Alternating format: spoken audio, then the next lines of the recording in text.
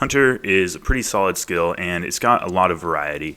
If you're feeling it, you could just go and murder some cute defenseless animals for their meat and some resources, or you could switch it up, be a little more laid back, and maim a bunch of cute defenseless monkeys for a tiny chance at getting their tail. You could also get some Chinchompas and enslave those cute defenseless animals because they explode in combat, and that's pretty useful, let's be honest. Or you could really want to kick back, just take it easy, and once every hour or so just displace families of birds by yoinking their homes because you want to make some more yellow potions. Basically, whatever specific kind of twisted monster you want to be, Hunter has you covered. But it used to look way different when it released all the way back in November 2006. So today, I thought it'd be fun to do something a little different, transport back in time, and see what it looked like to train Hunter back on the release day. I found a couple guides on the Wayback Machine from RuneHQ and Zybez, the OGs. I love the Wayback Machine, by the way. If you've never checked it out, I'll leave a link in the description. It's really cool. You can see archives of old web pages, but we're going to be following those guides, acting like it's back in November 2006, and then we'll come back to the modern day, see how it's kind of changed up, and the major updates over the year. It's a little different. I thought it'd be fun. If you don't think so, you don't have to watch it, but I felt like making it, so I did. Let's go. Alright, after disabling every RuneLite plugin you have, because what is that? It's 2006, and setting your camera angle to the correct old school distance, we are ready to start getting hunting, and we just need to gear up. So we're going to start out with a lot of birds. That's what all the guides suggest. Must be the best thing out there then, right? I will go ahead and get 5 bird snares. I'm only going to be able to start out using 1, but it doesn't hurt to plan for the future. And then we'll go out to Felled Up Hills, where we start hunting. To begin our old school journey to 99 Hunter here, we're going to get levels 1 through 5 by catching Crimson Swifts one at a time.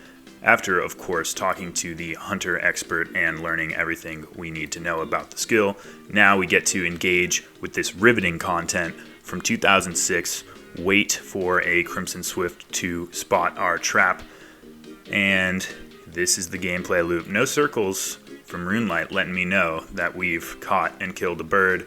I'm doing it the old-fashioned way.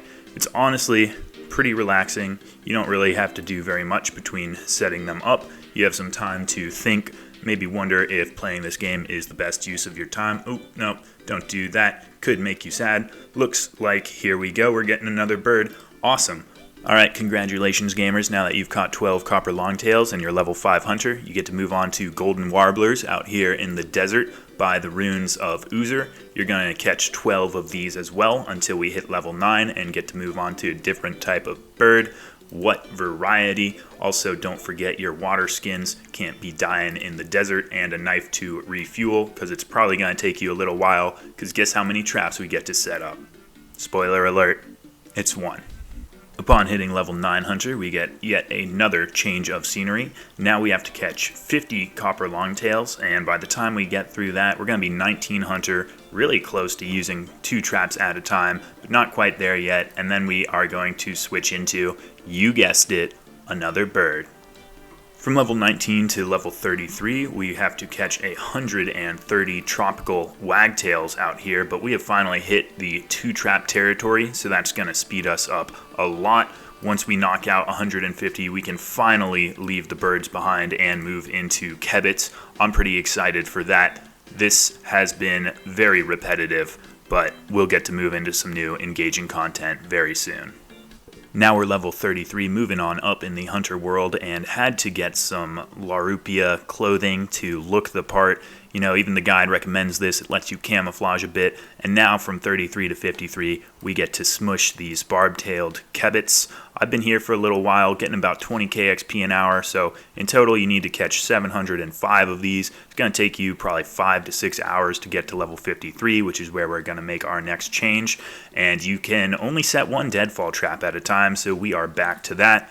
I just chop down the trees in between setting up the traps, make sure that I have enough logs, and funnily enough, the guide does call out that only 1 person can use these things at a time, so you're definitely going to have to battle other players for the spot, because these things are very popular, right? I mean, look around. It's going to be tough. I hope I can secure my spot. Now that we're level 53, we can get into some of the big money and start catching Chinchompas. If the trap goes like that with no movement, you've got to reset it. But if it's shaking, you know you've got a nice, juicy, explosive guy in there for use in combat or to sell later. You're going to need to catch 561 of these to move on to level 59, which is where our next method will come in.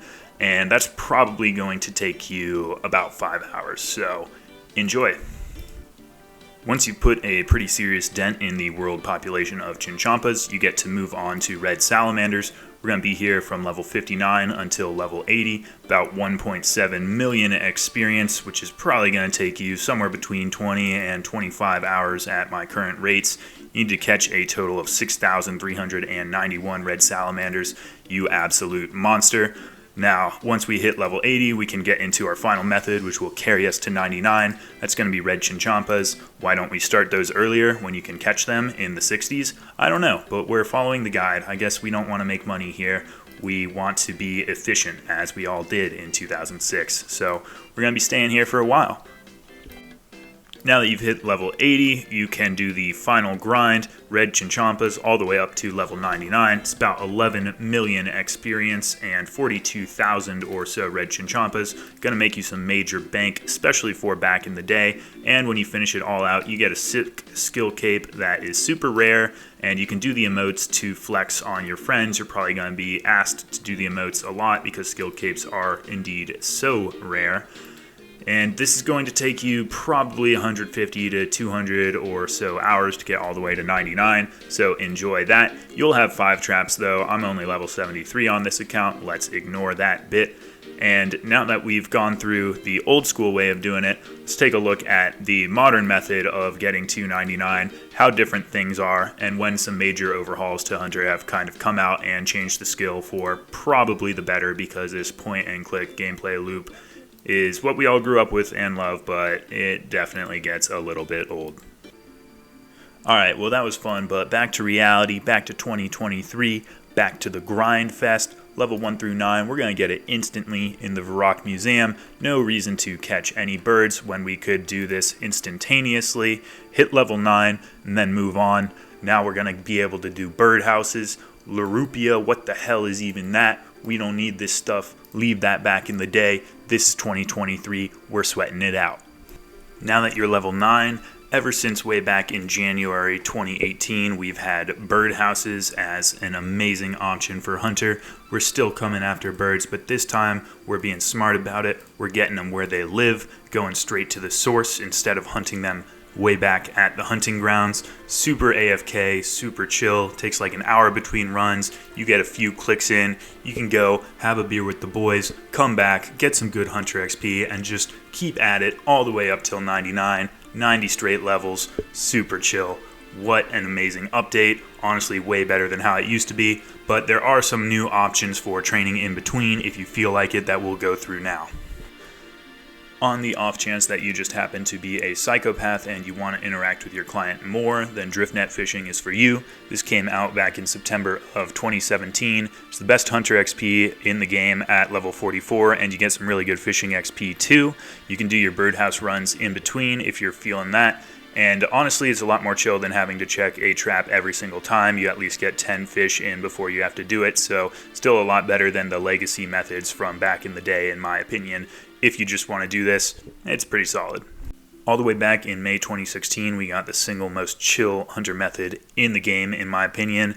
At level 60, after you do Monkey Madness 2, you can hunt these maniacal monkeys, and it's super reclined. You just do one trap at a time, 1000 XP per monkey, grab the bones when you're running low, turn them into bananas with some amazing magic spell that some genius invented at some point, and just coast. That's all you need. You don't really make any money, but it's worth it because you just don't have to pay attention. It's way better than any kind of method that was around in 2006, I'll tell you that for sure.